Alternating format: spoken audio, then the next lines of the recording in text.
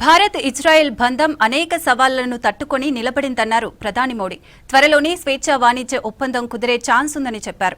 రెండు దేశాల మధ్య క్రిటికల్ మినరల్స్, పౌర అణుశక్తి సహా పలు కీలక ఒప్పందాలు కుదిరాయన్నారు. ఇజ్రాయెల్లో యూపీఐ సేవలు ప్రారంభించడం సంతోషంగా ఉందని తెలిపారు. ఉగ్రవాదంపై కలిసి పోరాడతామన్నారు మోడీ.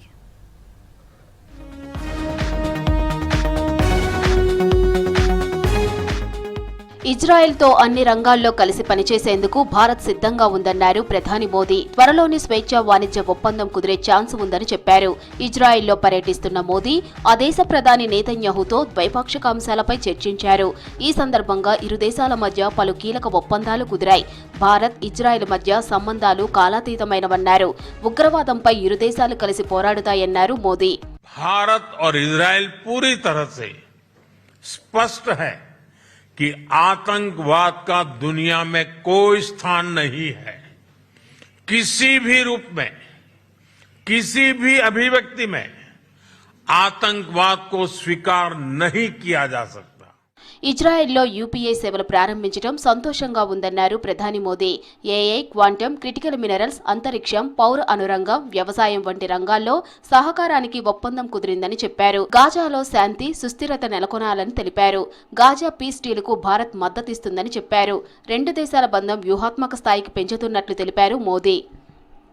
हम शीघ्र ही एक mutually beneficial free trade agreement को भी अंतिम रूप देंगे। टेक्नोलॉजी हमारी भावी साझेदारी का केंद्र है। Critical and emerging technology partnership स्थापित करने का निर्णय लिया है। इससे एआई, क्वांटम और क्रिटिकल मिनरल्स जैसे क्षेत्रों में सहयोग को नई गति मिलेगी। ఇజ్రాయెల్ పర్యటనలో భాగంగా జెరూసలేంలోని హోలోకాస్ట్ మెమోరియల్ యాద్ వషెం సందర్శించారు ప్రధాని మోదీ. నేతన్యాహుతో కలిసి హోలోకాస్ట్ మృతులకు నివాళులర్పించారు. 2017లోనూ యాద్ వషెంను సందర్శించారు మోదీ. రెండో ప్రపంచ యుద్ధం టైంలో హోలోకాస్ట్లో 60 లక్షల మంది యూదులపై హిట్లర్ సైన్యం దాడి చేసింది.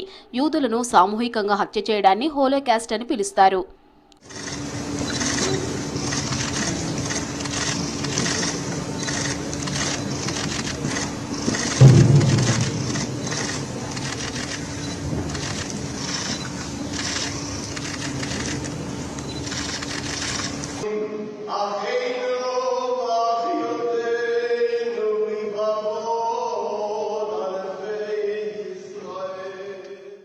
ఇజ్రాయెల్ ప్రెసిడెంట్ ఐజాక్ హెర్జోగ్ తోనూ భేటీ అయ్యారు ప్రధాని మోదీ. భారత్, ఇజ్రాయెల్ ద్వైపాక్షిక సంబంధాలు, వ్యూహాత్మక బంధంపై చర్చించారు. వాణిజ్యం, ఆర్థిక, రక్షణ ఒప్పందాలపై మాట్లాడుకున్నారు. 9 ఏళ్ల తర్వాత మళ్లీ ఇజ్రాయెల్ గడ్డపై అడుగుపెట్టడం గర్వంగా, భావోద్వేగంగా ఉందని చెప్పారు.